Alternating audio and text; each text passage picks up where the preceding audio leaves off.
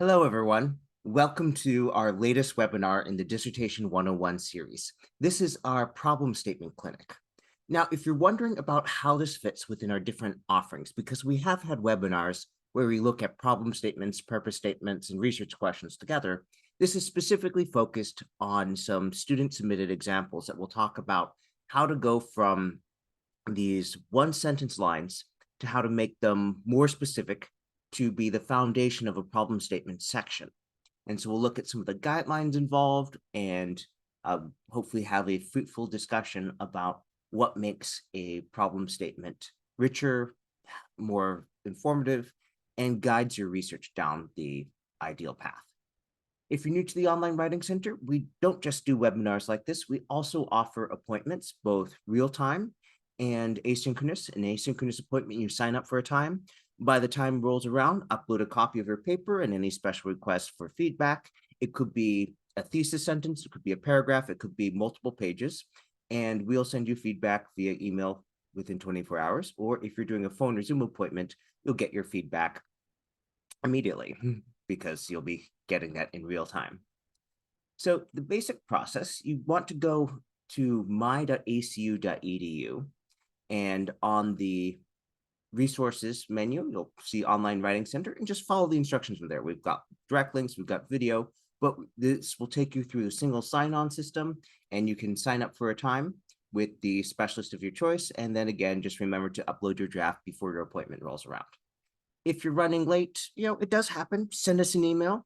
You can see our contact information when you're signing up for an appointment, but just send us an email and let us know as a heads up that you're running a little bit late, and then get it to us as soon as possible so you don't get marked as missing the appointment. You'll see me referring to the APA course paper template later. You can watch videos of this and other webinars, both on our website and on our YouTube channel. And we also have a blog where we have postings on special topics.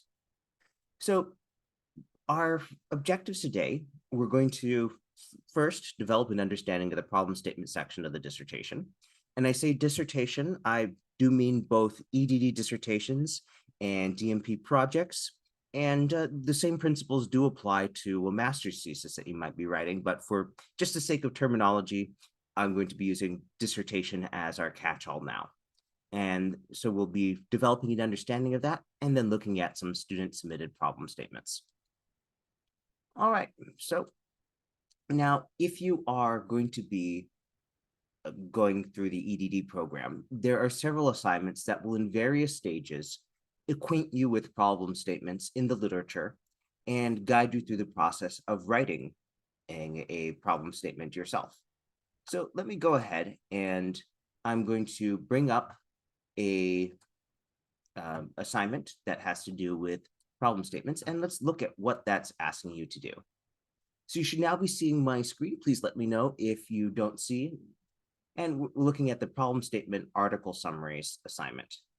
And so this asks you to go ahead and look at some research articles and identify their problem statements. So let's do just that. We're going to take a student submitted topic. So please type in the chat room any particular requests that you have for a topic we can look up, and we'll go ahead and do a search and look at how that article happens to identify the problem statement.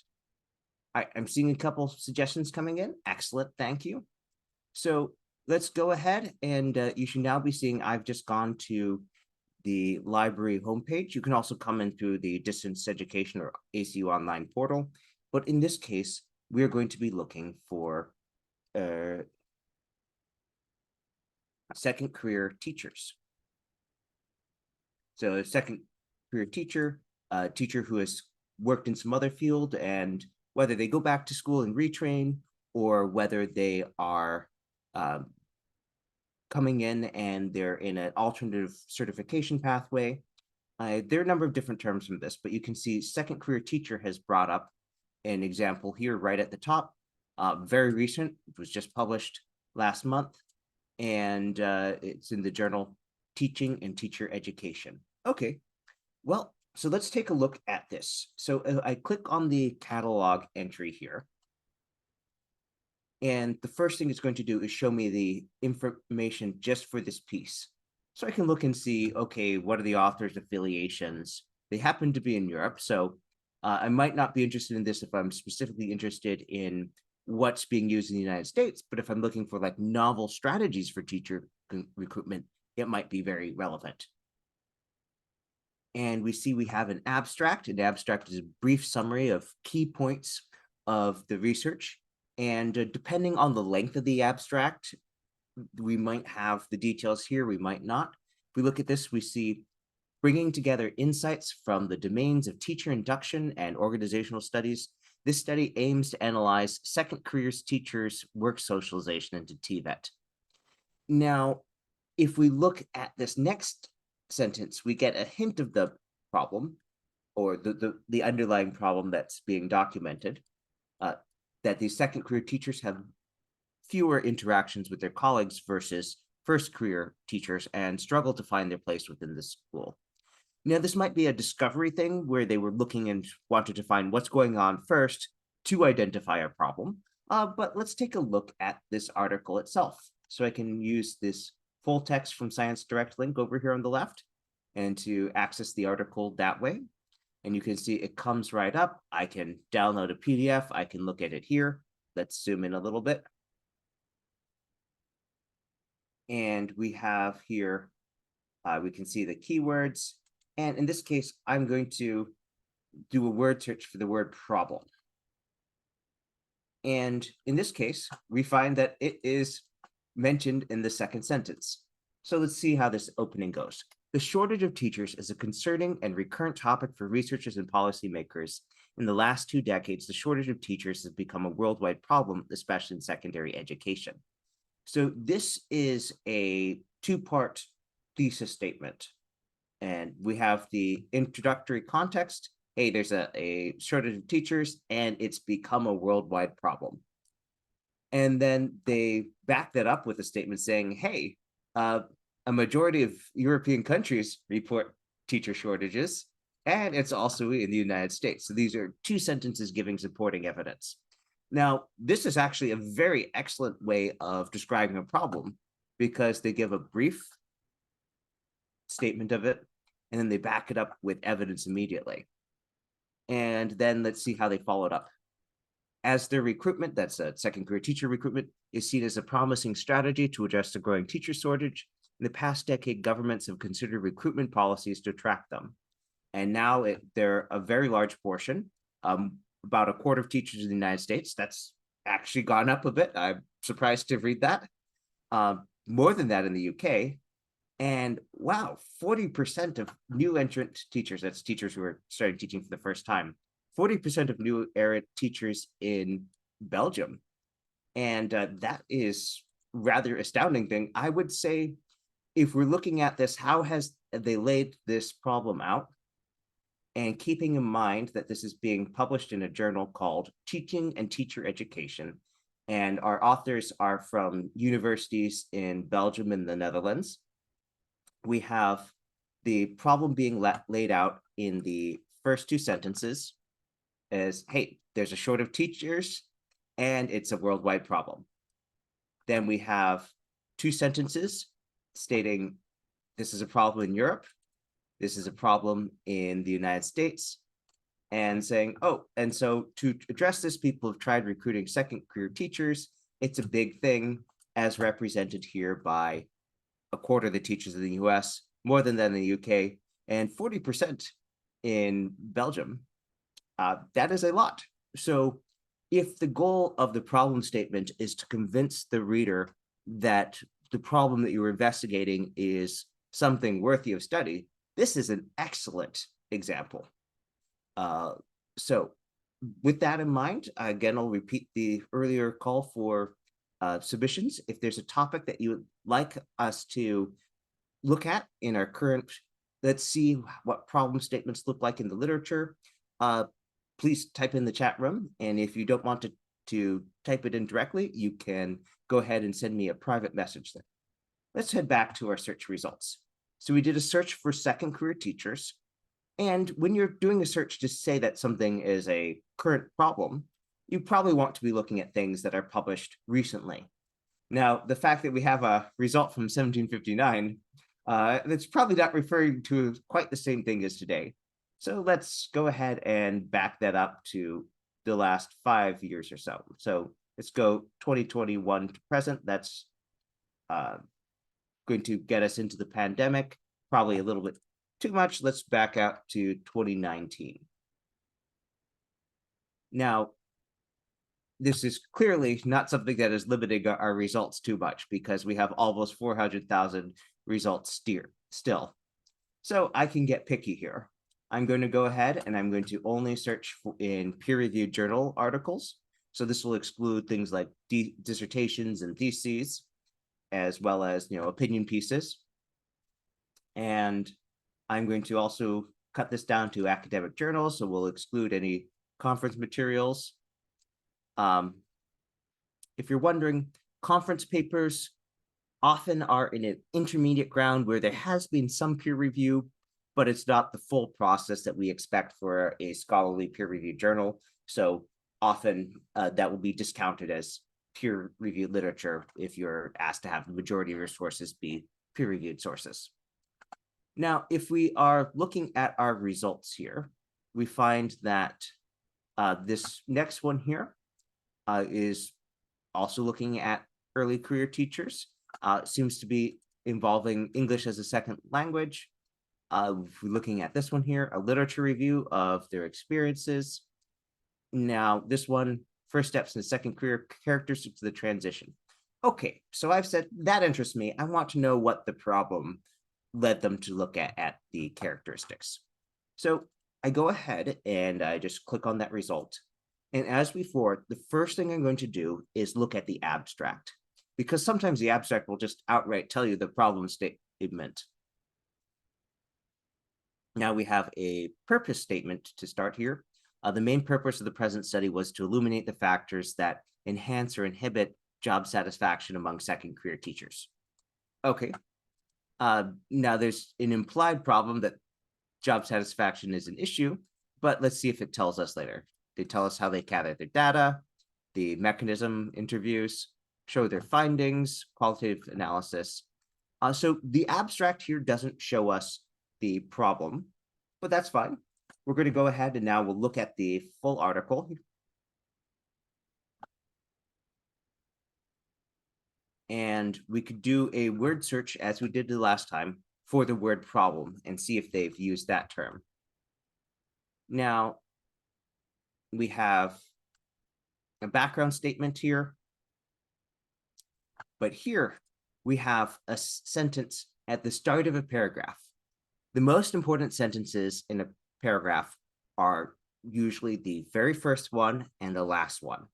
The first introduces an idea, makes a claim. The last one is where we might have our synthesis or conclusion and tells us what that matters. This is why if you're doing speed reading, you read only the first and last sentences of each paragraph. And if you're doing scanning, you read only the first sentence in each paragraph. Because the most important one is almost always the first sentence, and the second most important thing is usually the last. In the middle, you'll have evidence to back up that claim, argumentation, perhaps some analysis and synthesis, but the most important is going to be the first and last. So here it says, research indicates that there are problems involved in transferring from another career to teaching. So this is laying out the general problem for this study. How do I know it's the general problem?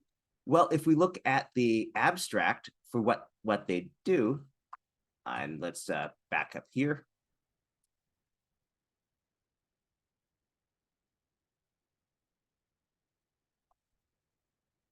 If we look at the abstract, we see that the purpose is, illuminate the factors that enhance or inhibit that.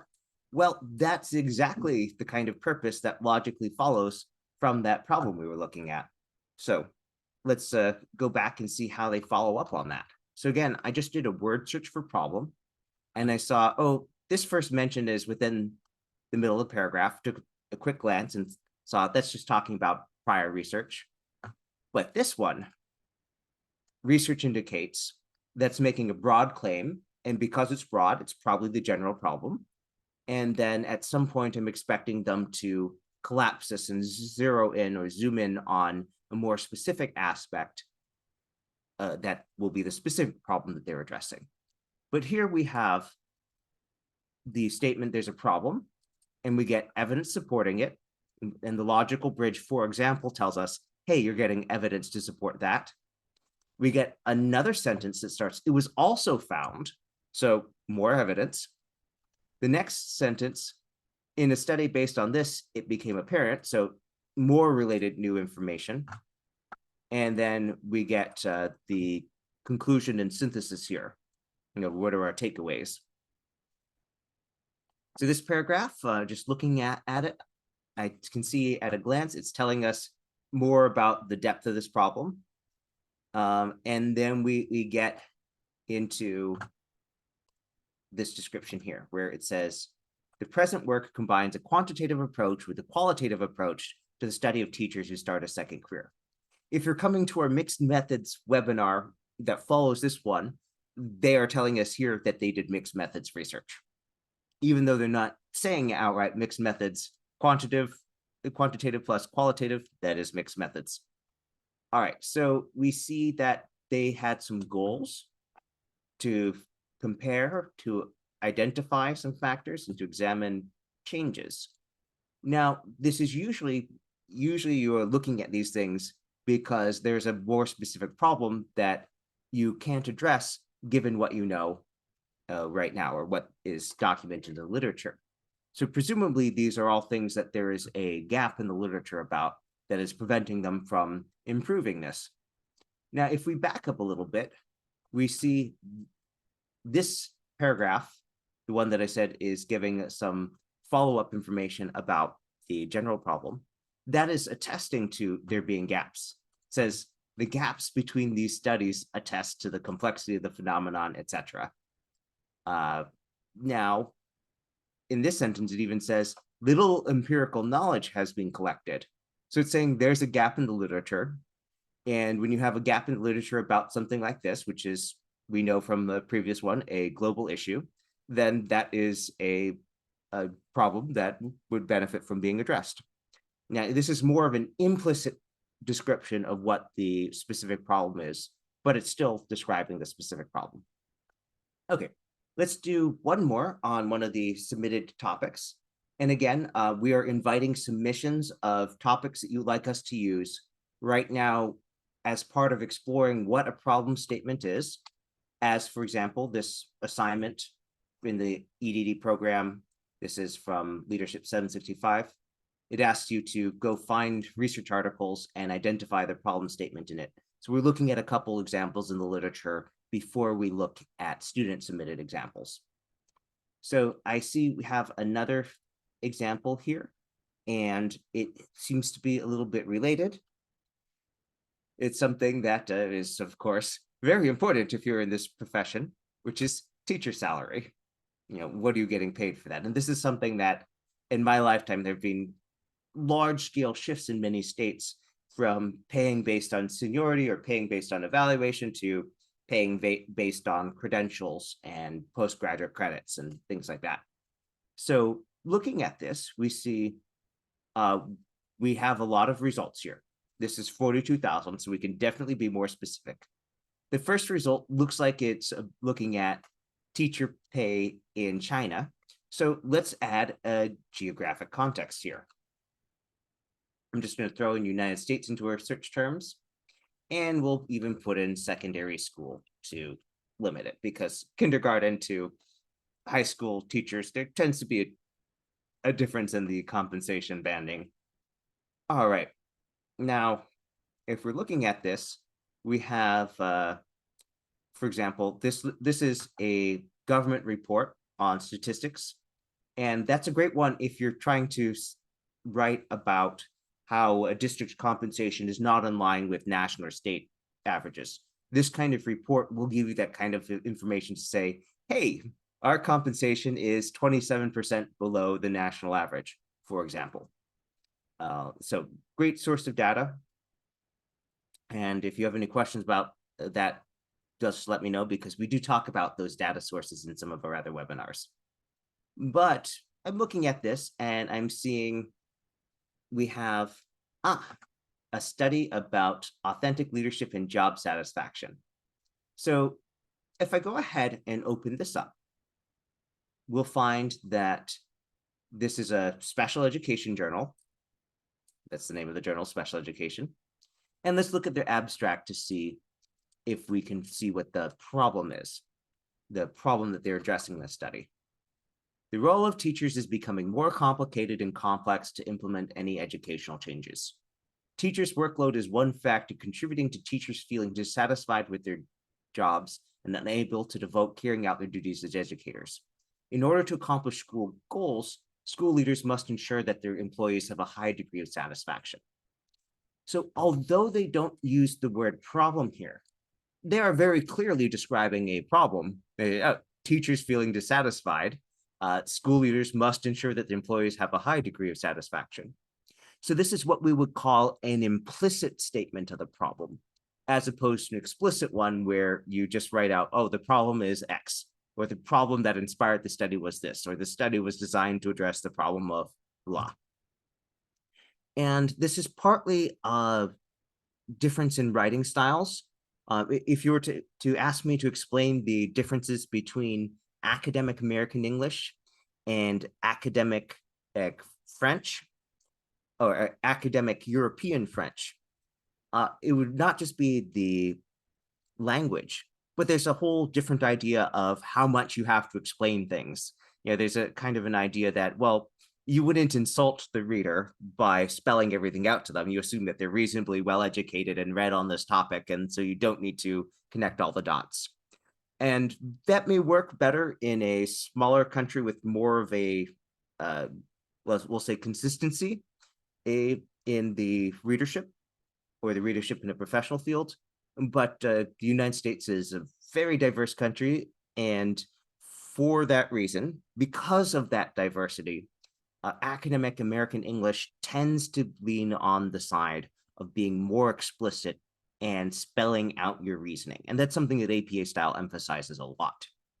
So if I was going to rewrite this in APA style in academic American English, it would probably end up being something along the lines of, the general problem is that teachers' roles have become more complicated and complex, which contributes to teachers feeling dissatisfied with their jobs, or contributes to a large portion of teachers feeling dissatisfied with their jobs. And then, we might also follow up and say, okay, the specific problem is that school leaders must ensure that their employees have a high degree of satisfaction in order to protect school enrollment, parent and student satisfaction, et cetera, comma, but it is not clear what traits or characteristics or something is important for teacher satisfaction. So again, although it doesn't explicitly tell us what the general and specific problems are in those words, it is very strongly stated here in an implicit fashion. And if we look at the authors here, it looks like they are in, I believe that's Malaysia. So that makes sense. And it's often when you have writers coming from universities that come from a European tradition, just like that academic European French tends to not spell things out, so do these traditions that have come out of that. And if you're going to ask, well, what about academic Canadian French? Academic Canadian French is mostly the same as academic American English, just in French instead of English. But there are some journals in Quebec that are clearly follow the academic European French style, which is harder for people to dive into the topic if they're not specialists in the field. All right, let's look at another example here. All right, and then we'll go discuss some of the ACU specific things. So here, let's look at this one here. Is estimating the financial incentive for Caribbean teachers to migrate, an analysis of salary differentials using purchasing power parity. This is an interesting thing. What will inspire a teacher to move to a different country for a job? So if I look at this, I see we have a clear problem. It's not worded using the word problem, but again, it's strongly implied. The teaching stock within the Caribbean region has been eroded by migration to developed countries. So this is implying that, okay, this is bad. And I think everyone will agree that you want a country to have a strong foundation of education for everyone as just one of those basic steps towards greater stability, opportunity, growth, etc. And so they outline here the more specific problem. Oh, higher potential earnings are a major factor, but it's not clear how that applies when you're looking at countries in the region. And so this is the general problem. This is a specific problem.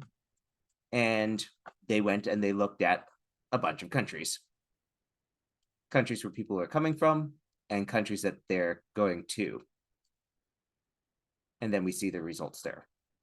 All right, so let's take a quick look and see if we can see if they spell that out in any greater detail. And unfortunately, this one, we're not seeing the results here right now.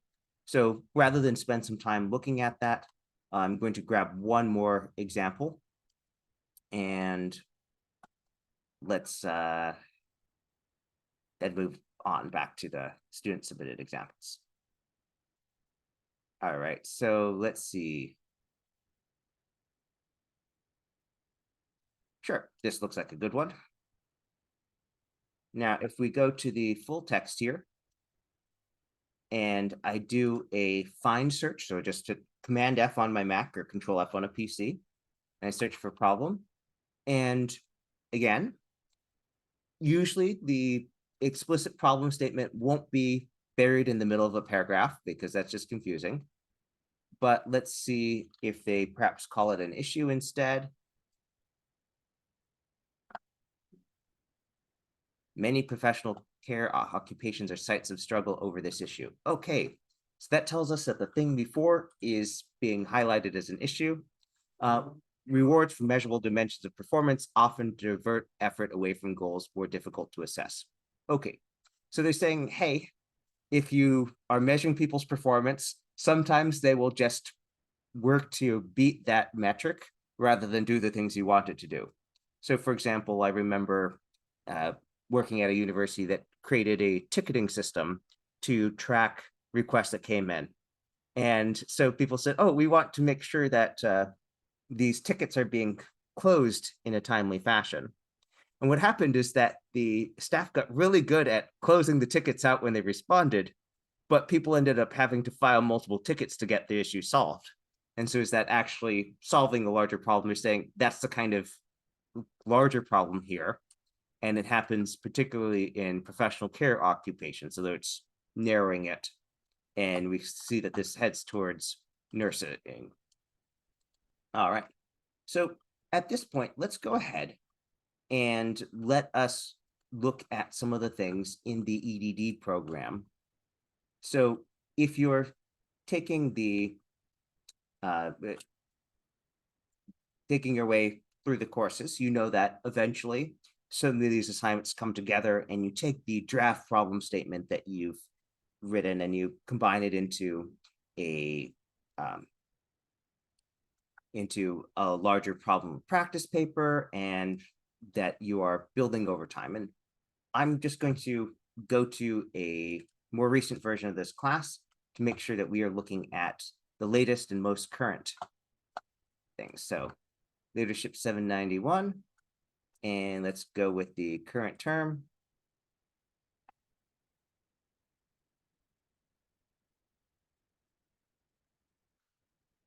All right, so if we look at the different materials here, we see that the assignments for this course ask you to craft the start of your chapter, executive summary before you complete the whole draft. And so one of those materials that by the time you get to this class, you will have written different components of your chapter one.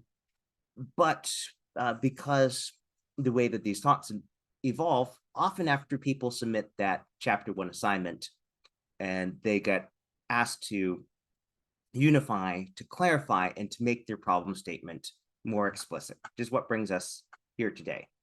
So now if we back up to the landing page here, so this is the first dissertation prospectus course. And you can see here that there's a link for the ACU EDD dissertation content guide. Now, this is linked from a lot of courses in the program. There's a comparable thing in the DMP program and a comparable thing for our master's programs that ask you to do a final project of some sort or a thesis. So if you don't have access to this yet, I strongly recommend asking your professor if they can give you a copy of this, because it is an exceedingly useful resource because it spells out in very clear detail what you're supposed to be writing where. Now, I'm going to go ahead and share my screen here. You should be seeing I've got the handbook open. And it walks you through in prose what should be in each section, some descriptions of what the chapter should do, and then it goes in detail. Oh, begin the introduction with an overview.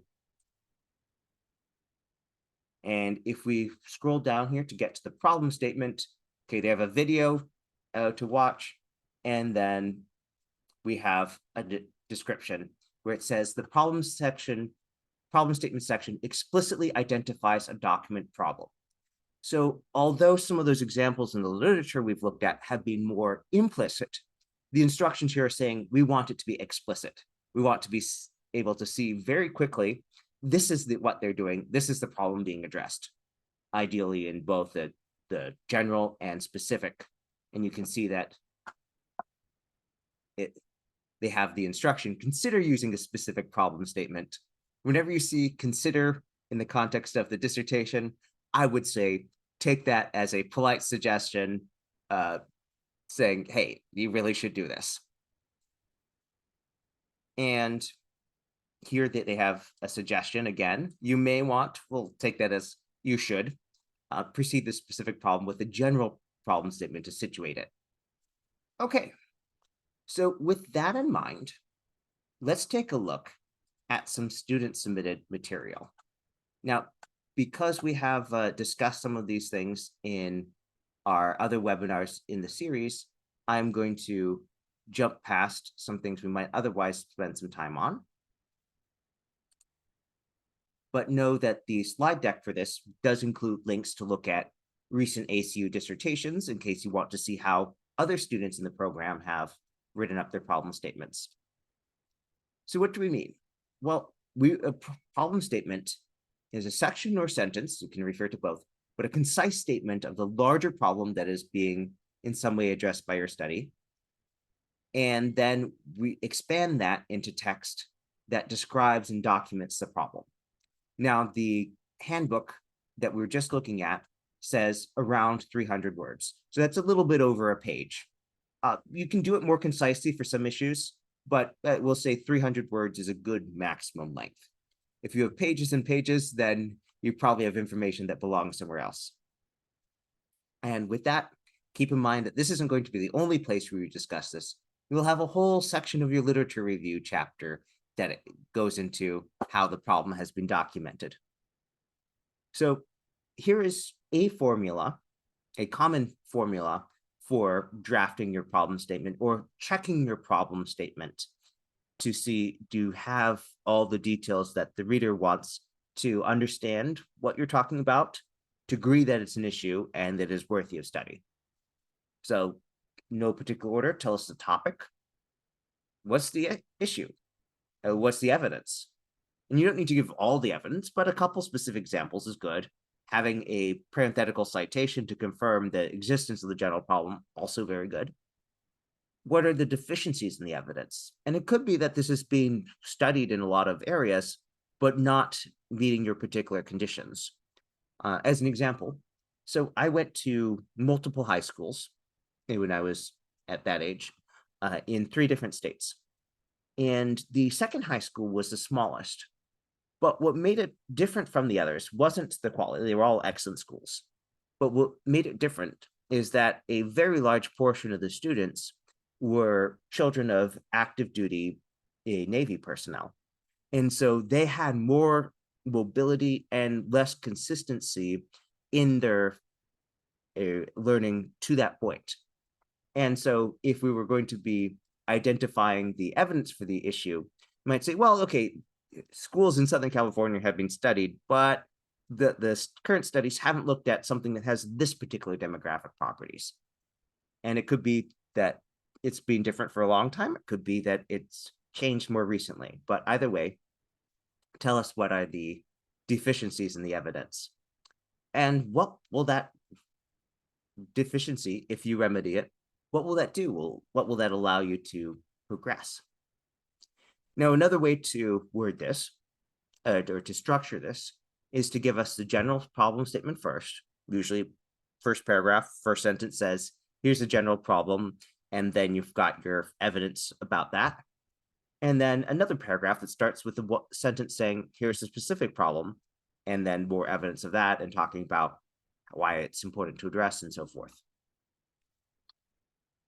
Now, if you're reviewing a problem statement, including your own draft, here are some questions to get you started. Is it explicitly clear that there is a problem? And again, I want to draw your attention to the EDD dissertation content guide, which does say here that the problem statement section should explicitly identify a documented problem and or a theoretically based problem that needs study. But it should be explicitly identified, so you want your language to show that clearly.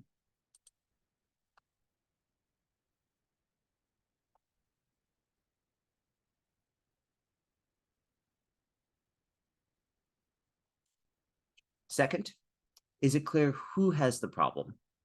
Now, what may be a deeply problematic thing for one person may not be for another. So we want to be clear. Having teachers is work extra hours without additional pay is probably more directly a problem for the teachers and then the principals who need to employ them and not have them all burned out and need to replace them and things like that. Whereas for a different person living in the area, it may not be an issue. Like, oh, yeah, 3 years for teaching, that's fine to go on to do other things. And meanwhile, the educator's like, well, actually, the experience really helps you get better as a teacher. This is bad if they go. So let's be clear about who has the problem. Is it clear what the context is? Context can be geographic, it can be situational, it could be cultural. We've had a number of students in the EDD program who have taught at international schools around the world and done research on that phenomenon. I recall one student whose dissertation was about international schools in mainland China. And so they were talking about particular conditions to that context, but it tapped into a larger problem because to hire faculty for these schools, they were competing with, in this case, mostly teachers in the UK and the United States. They were competing with principals and headmasters of schools in those countries, as well as with other international schools. So that they had this particular dimensions from their context, not all of which was due to the exact geography, but to their situation within global higher education. I'm sorry, global secondary school education. Okay, is it clear what the implications are if the problem is not solved? This is something that people often leave out in the first draft, and then their faculty person asks us as to add that in.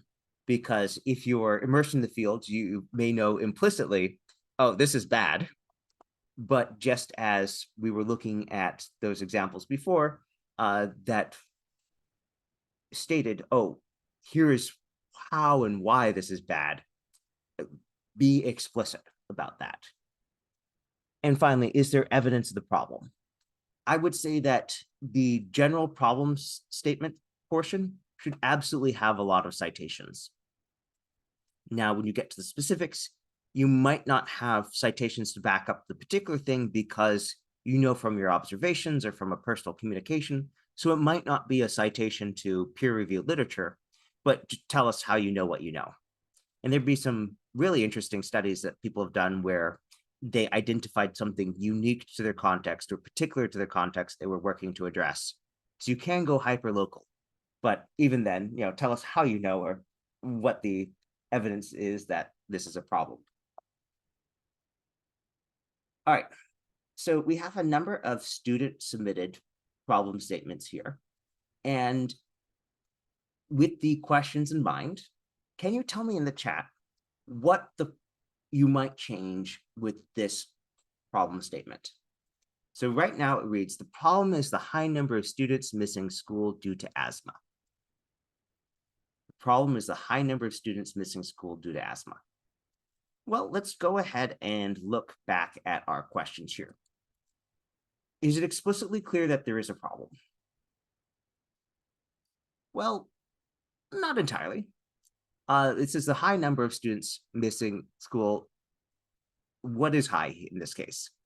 Now, if we said high percentage, then that would give us an idea of, oh, this is something cutting across. But if it's a 3,000 student high school, is 20 high or low? I don't know. We'll need some context for that. So we can be more specific. Are we talking high school, middle school, K to 12? Who has this problem? Well, it's going to be a very different study if we're focusing on how this is a problem for the students who are struggling academically versus problems for the principal or the district administration who are losing funding each day the student is not in school. By the way, the national average is something like $65 per day per student. So if you have a whole class of students worth that is out, that can be a lot of money if they're all out for a week. $65 per student per day is roughly the average for state and federal funding that you only get if the student is present on school grounds that day. If they're homesick, it's generally not getting reimbursed for that. All right, so we can be more specific. We can identify who has the problem, tell us what the context is, and what happens if the problem is not solved. Well, more than just missing school, are they going to be held back? Are they going to be unable to graduate? Are they going to underperform at the next thing? Are they going to have increased dropouts? Tell us more, and then we'll be able to understand how and why this is a problem. I mean, it doesn't sound good, but for this to be a problem worthy of study, we want to have some evidence of the depth here that will merit your spending a year or more of your life working on this. All right, and again, if this is a general problem, which this appears to be from the wording, we want to have a supporting citation, because that's something that if we were to hop on over to the library website, I probably can find a result fairly quickly here. So actually, let's do that. Asthma, absences, public school. We'll throw in United States for some of the geographic context. And if we look at these results here, we find, hey, there's a lot of results here, more than 100,000. And this one just came out in 2020.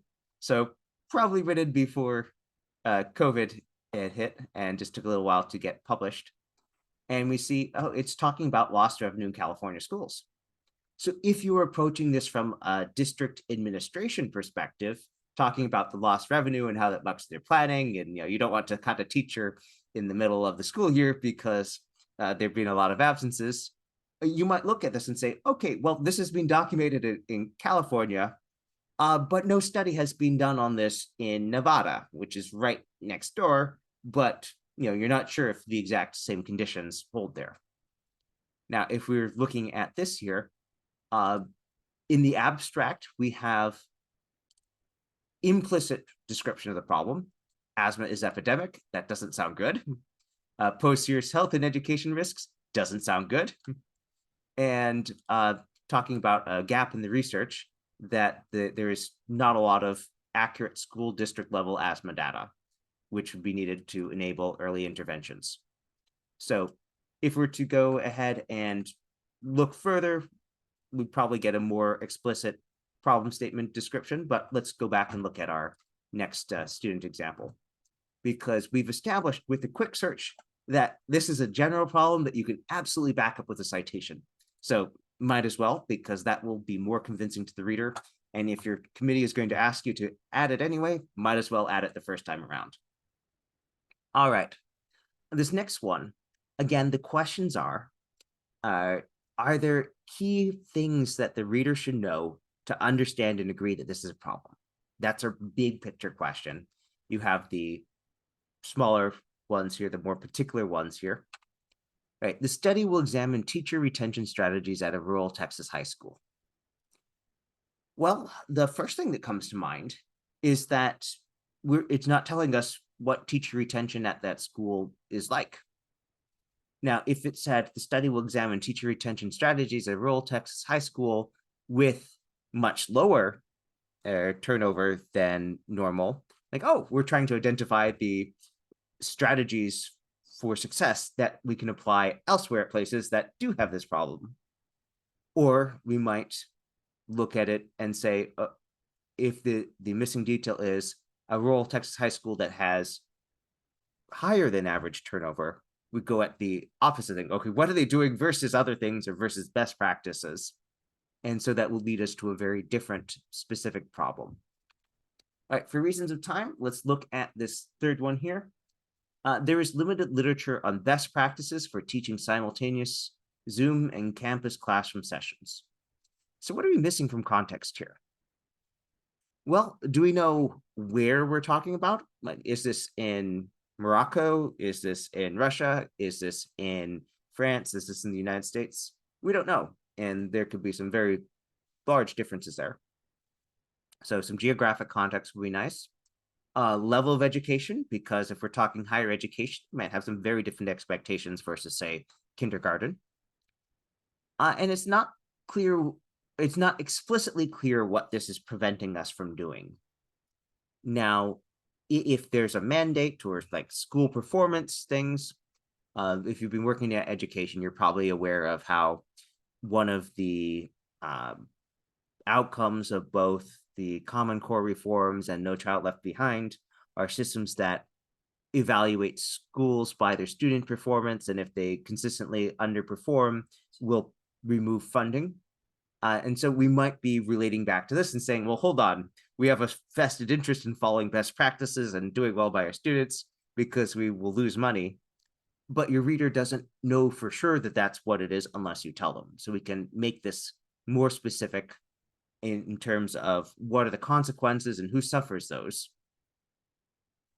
All right, one for the DMP students in the room. It is difficult for hospitals to attract business in a competitive marketplace. Well, what might we need here to agree this is a significant problem? Well, one thing might be context, because if we're talking, say, the United Kingdom, where they have their National Health Service, it's a very different hospital environment when everything is through NHS versus it is here, where you have, in many parts of the country, not many public hospitals anymore and a lot more private ones. And whether they're for profit or not for profit, if it's not for profit, they might say, well, hey, we're doing well enough. But if it's for profit, they might be strongly interested in increasing revenue. So, it's one of those things where we would write a very different study if this is, say, a hospital that is in the New York City metropolitan area versus something that is, say, in the Texas Panhandle, or let's say out in Laredo, or in Plano, very different things. And so that context will help us tell us what's going on, what the operating constraints are, what the opportunities are, and is this a reasonable expectation?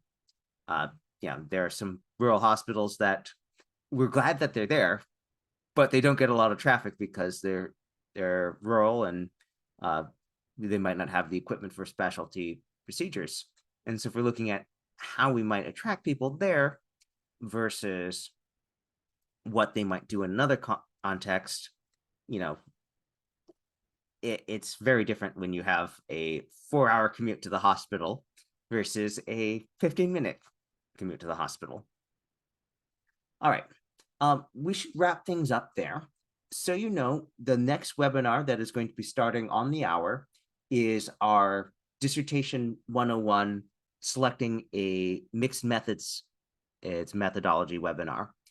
If you're watching this on the recording, you can also find that on our website. And I'm realizing that there's a link here that I need to update. So just a moment, I'm going to upload the new version for this slide, and then I'll finish that announcement there.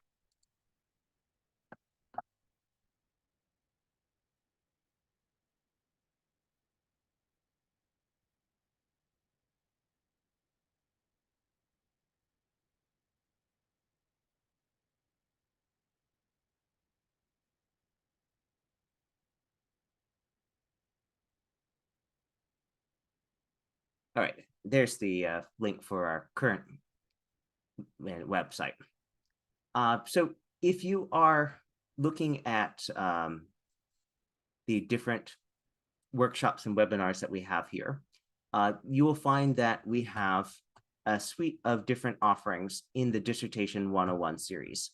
And as part of that, you have the opportunity, should you select it, to go through the whole series on your own, because although we offer them as often as we can, we don't offer all of the webinars every semester live, but you can always access them via the Writing Center website. And so I'll bring that up, but first I see there are a couple questions in the chat, so let me respond to those. So how can you get the slide deck? So in the if you type your email address in the chat room, I will add that to the mailing list. So everyone who RSVPs for a webinar, we will automatically email out a link to the recording and a copy of the slide deck. And if you haven't done that, or you're not sure if you did, just type your email address in the chat room. You can even send it to me as a private message if you don't want that showing up there, and I will add you to the list. So the person who just typed it, I've got that. Private question, and what other webinars are in the series? I'm glad you asked. So I'm going to go ahead and share the writing and webinars page here, and we'll take a look at that. All right, let's get to